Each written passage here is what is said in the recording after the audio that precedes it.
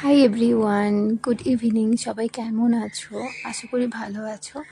আমি বাবুকে স্কুল থেকে নিয়ে ফিরে এসে দেখি অ্যাপার্টমেন্টের লিফটটা খারাপ। প্রথমে ভেবেছিলাম কারেন্ট চলে গেছে হয়তো, তার জন্য তারপরে সিঁড়িতে করে উঠছিলাম। তারপর বাবুও নেমে গেছে কোল থেকে, ও নিজে নিজেই উঠবে, তার জন্য যাই হোক উঠে পড়েছি। এবার ওর জুতো খুলে দিলাম, তারপরে ও এবার ঘরে ঢুকেই চলে গেছে কাকা কাকিমার সাথে দেখা করতে। তারপর একটু মুড়ি নিয়ে খাচ্ছিল, ও খাচ্ছে, খেলছে।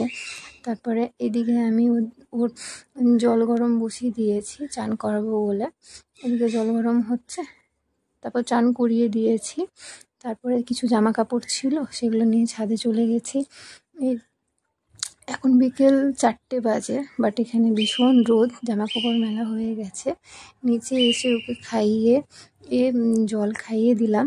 জল খাইয়ে দেওয়ার পরে কাজের মাসিরা এসে গেছে। এদিকে মাছ ভাজা হচ্ছে, মাছের ঝোল হবে তার জন্য। তারপরে এদিকে আমি ওর টিফিন ব্যাগটা দেখছিলাম। দেখতে দেখতে ও চলে এসেছে আমার কাছে। ক্যামেরা দেখলেই ও চলে আসে, কারণ ওর ভীষণ ভালো লাগে ক্যামেরার সামনে বসতে। তারপরে খুব ভালো লাগে আর কি। এদিকে সীতা ভাইয়ের লাঞ্চটা প্যাক করে দিচ্ছে, কারণ ভাইয়ের একটু লেট হয়ে গেছে আজকে, তার জন্য। তারপর আমি ওকে নিয়ে চলে গেলাম পার্কে। তারপরেও দেখি যে লিফট এখনও ঠিক হয়নি, এখনও লিফট খারাপ। তো কী করবো, সিঁড়ি দিয়েই নামলাম, কিছু করার তো আর নেই। তারপরে সিঁড়ি থেকে নেমেই ওর দৌড় শুরু করে দিয়েছে। আর এখন ওয়েদারটা ভীষণ ভালো, আমার এই সময় বেরোতে খুব ভালো লাগে, মানে কি বলবো। তারপর ও পার্কে চলে গেছে। পার্কে একটু দৌড়াদৌড়ি করতে করতে পড়ে গেছিলো। তারপরে কিছুক্ষণ পরে আবার বেরিয়ে গেছে পার্কে। ও বেশিক্ষণ এক জায়গায় থাকে না একদমই, এইদিকে ওইদিকে ছুটোছুটি করে।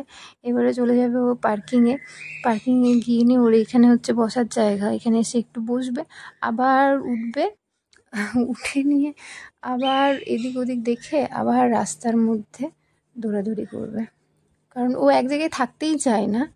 আবার এদিকে ঘুরবে, ব্যাস ওরম করতে করতে ওর পায়ে ব্যথা হয়ে গেছে, ব্যাস আমার কোলে উঠে পড়েছে। আমারও ভালো লাগে এখন একটু কোলে নিতে, কারণ বড় হয়ে যাচ্ছে তো, এগুলো ভীষণ মিস করব। বড় হলে তো আর কোলে নেওয়া যাবে না, তার জন্য। এবার আমরা বাড়ি যাচ্ছি ওকে নিয়ে, বললাম চল বাড়ি। তো সেই যাচ্ছে হেঁটে হেঁটে, বাট কিছু করার নেই, সিঁড়ি দিয়ে আসতে হলো। দরজা খুলে নিয়ে তারপরে ওকে একটু হ্যান্ড ওয়াশ করিয়ে দিয়েছি। হ্যান্ড ওয়াশ করানোর পর আমি এদিকে একটু ম্যাঙ্গো জুস নিয়ে নিয়েছি, আর ওর জন্য একটু দুধ বনভিটা রেডি করে নিলাম। তো ওকে এবার দুধ বনভিটাটা খাইয়ে দিচ্ছি। তো ও ভালো লাগে খেতে, একটু খেলে এসে তারপরে একটু দুধ বনভিটা খাইয়ে তারপর ওকে বললাম তুই খেল। তো ও এইদিকে খেলা করছে, ঠাকুরের ওখানে ভাই পুজো করে গেছে, সেই প্রসাদগুলোকে খাওয়ার জন্য ওখানে বসে আছে। তো তাকে আমি এইদিকে একটু ডিনার প্রিপারেশন রেডি করে রেখেছিলাম, রুটি করব আর চাল ভিজিয়ে রেখেছি।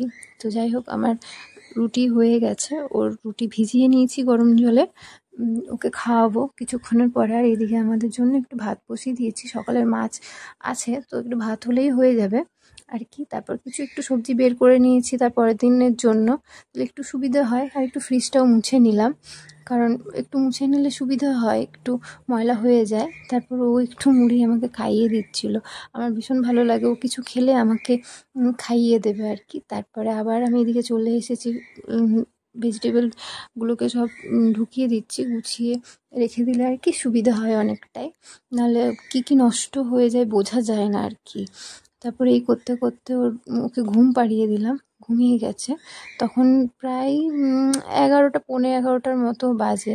তো এবার আমি ভেজিটেবলগুলোকে কেটে নেব, কেটে সব রেডি করে রাখবো নেক্সট ডের জন্য। তো আমার ভেজিটেবলগুলো কাটা হয়ে গেছে, এবার সব গুছিয়ে রেখেছি কী কী রান্না করব না করব, তো অনেকটাই সুবিধা হয় আর কি, তার জন্য।